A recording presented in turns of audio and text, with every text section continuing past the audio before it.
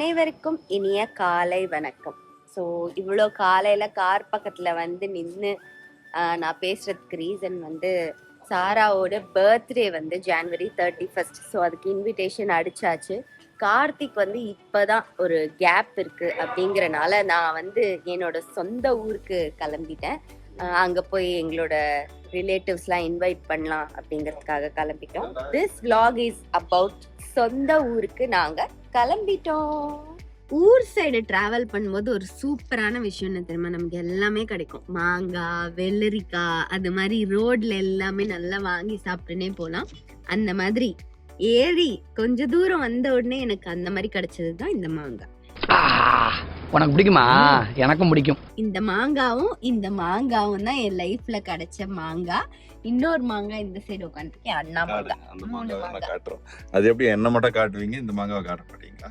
காலங்காத்தால உனக்கு குறவழி வரைக்கும் சோத்த போட்டு வண்டியில ஏத்திட்டு வந்ததுக்கு உன்னால என்ன பண்ண முடியுமா அதை பண்ணிட்டேன்.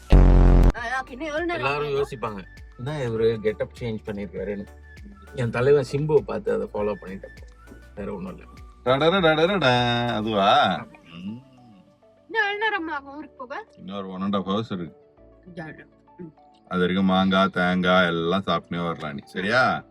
நன்றி. வேலூர்னு வந்தாலே வந்து வேலூர் சைடு இருக்க பிரியாணி தான் ரொம்ப ஃபேமஸ். கரெக்டா?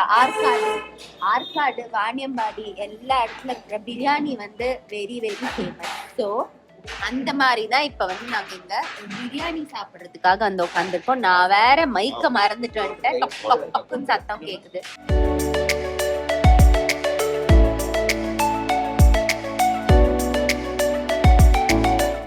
சிக்கன் வேணுமா? எனக்கு அந்த பிக்கல் மட்டும் வேணும்னா அந்த என்னடா அடுத்து எதுவுமே சாப்பிடலையான்னு நினைச்சேன். காலையில கிளம்புனதுல இருந்து நித்யாமிர்தம் சென்னையில முடிஞ்சது, அடுத்து மாங்காய் முடிஞ்சது, அடுத்தது ஆற்காடு பிரியாணி முடிஞ்சது.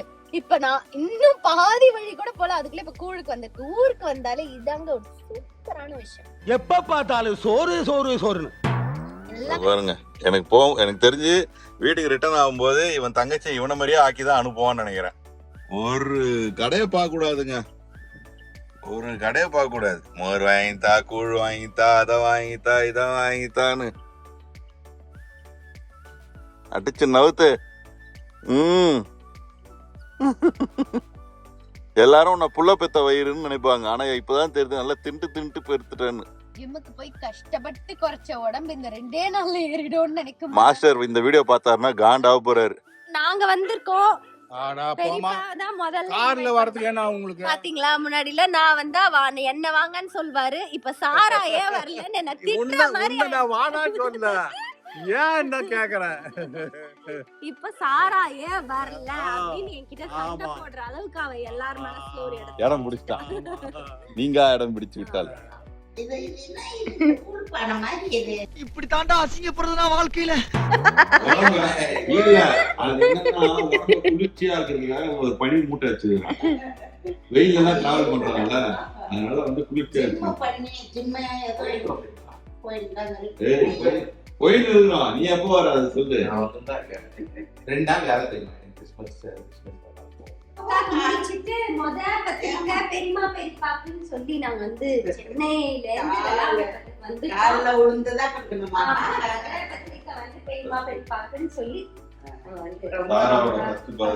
கண்டிப்பா நீங்க முன்னாடியே வரணும். ரொம்ப சந்தோஷம். நல்லா இதே மாதிரி சந்தோஷமா கொண்டாடணும்.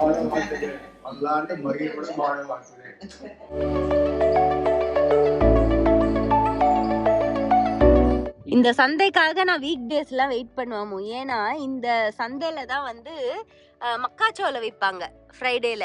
எங்களுக்கு அப்ப டெய்லிலாம் மக்காச்சோளம் கிடைக்காதுல்ல.